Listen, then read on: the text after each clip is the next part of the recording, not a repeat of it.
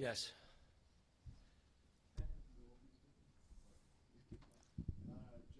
It's late. That is true. I guess just to start, just obviously your first win in SEC play. Just how big is it to get that under your belt? It's huge for the kids, for their mindset. Did you see how we started the game?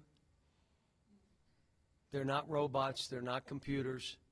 They feel. And all I've been working on is mindset. And talking to them how I'm working on my own mindset. I showed them a card that I have 5 things written on. I read before I go to bed. I read when I wake up in the morning. And I take it with me because if I start getting negative thoughts, I read it then. Because if I'm hurting, they're really hurting. If I'm tired, they're exhausted. We've cut back on practice time. We've cut back on some different things. I want them to be fresh mentally and physically. You can't go long. And I'm telling the staff, we're not overdoing individual work. Let them do it on the court. Nice having Nelly playing, and I made the statement out there on the radio. Sunday, I've spent about 8-9 hours in the office. One of the things I did was watch their game against Texas A&M, FAU, because I wanted to see how they played them again. I thought I knew, but let me go back. Maybe I missed something. No, they played them exactly how we're playing them. They did. And so the difference was he had a lot more shots than he had here. But did good stuff today. I thought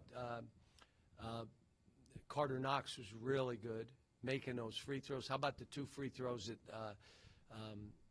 we made when DJ made them? I mean, you know, and then the offensive rebounds. And the last play by Adu, come on. I told him at halftime, guys, you missed every 3, and we're still in the game. We're down 5 baskets. Don't go nuts. We're fine. We'll make shots. Our 7'2" guy's the only guy to make a 3, and it was right at the buzzer at the end of the half. Come on, we're fine. But it's hard when you're not winning or, you know, to get in that mindset that we're fine. If you won 5 games, you're looking at each other, we'll be fine. We're coming back and beating them. If you lose, now all of a sudden it's a different deal. So, but I'm happy for the kids. It's nice to get it off their back, and now we keep playing. Let's see how we build on this. Play a good Oklahoma team Saturday.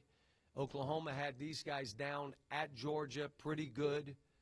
And then Georgia came back and did some stuff, made some shots, got a steal or 2, and all of a sudden won the game. But Oklahoma's good. And Oklahoma, I think, won their last game too. Then you mentioned the free throws there. You struggled to get to the line against Missouri and LSU, but you get 34 attempts tonight. Just was there a difference in approach, or how'd you guys take this? Okay, so when we're grinding it out a little bit more, if you noticed. So that's one of the things. We're still playing fast. We're still taking shots where you have them, but we're doing some things to move people around. Second thing, did you kind of notice we said we got to throw it to the post more? So that's what we did. When you do that, you're getting fouls, and when you're driving, which we always do, sometimes they're not. But the biggest thing in this game is we out-rebounded them by 10. Now, that's one of the best rebounding teams, offensively especially, in the country.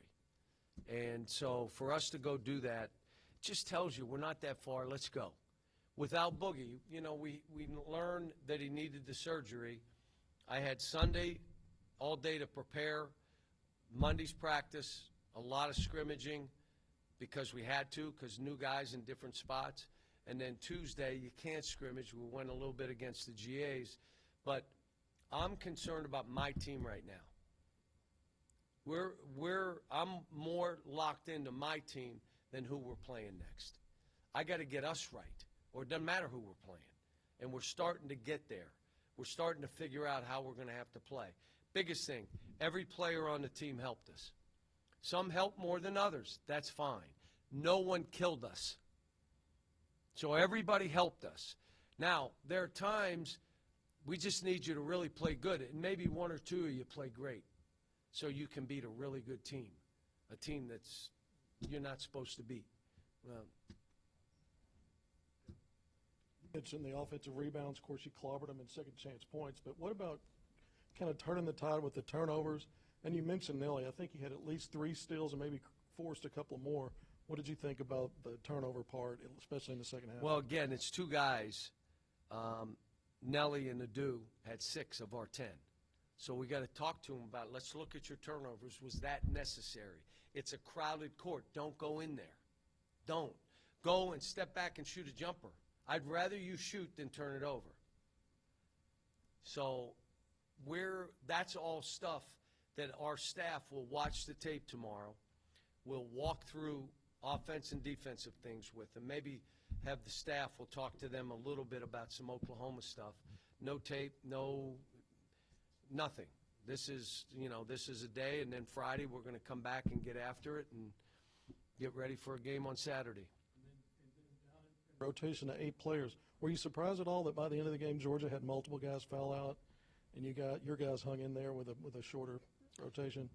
These guys have fought all year. They have not given up on any game. They just haven't, and they didn't give up on this game. Somebody told me it was the second largest deficit at halftime in this building to win a game. And how old's the building? So it's a pretty good thing. And that's with a team that had lost a bunch of games prior to. So, like I said, my job, look, I got to hold them accountable while picking them up, being positive, hugging them, but holding them accountable. You got a job to do. I just love the spirit of the team, and it's our chance to write our own story, how this thing finishes. And I said, I told my wife, I'm sorry I put you through this stuff. I told Hunter, sorry I'm putting you through this stuff. Told the fans, sorry I'm putting you through this stuff. But you know what? Thinking about it for me, I have been so blessed my whole life. My whole life. People look at me and say, how in the world? I can't go crazy over a bump in the road. I can't. I've been too blessed. The second thing is, I want this to make me a better coach.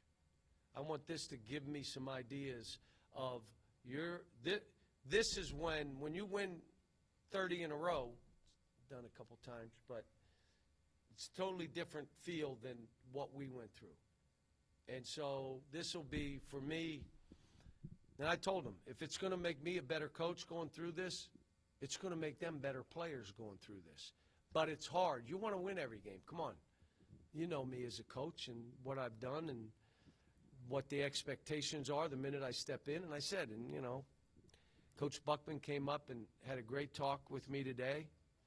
Appreciate him. Our staff, I hear from Sam. Guys are calling, keep fighting. So this is a good thing. I'm just happy I'm here. I want to say I'm happy I'm going through this, but I'm really not. But what I am is, let me learn from this and make sure I stay focused on these kids. Make sure, and I call them kids. Some of them are 23 years old. They're still my kids. But make sure that I'm focused on them and getting their mindset right, because they'll be able to look back on this experience 20 years from now, 5 years from now, and be able to take things from it where adversity hits. And you know and I know it hits all of us. It hits us in different ways. How do you deal with it? What does it do to your attitude? Can you stay positive? Can you stay up? Can you stay focused? Can you keep grinding? And like I said, I'm happy we won a game for them, the players. We needed to get off the snide. When Boogie went down, everybody was saying they may not win a game. Well, that was wrong. Now let's see what we can do and where we can go from there. Thanks, folks.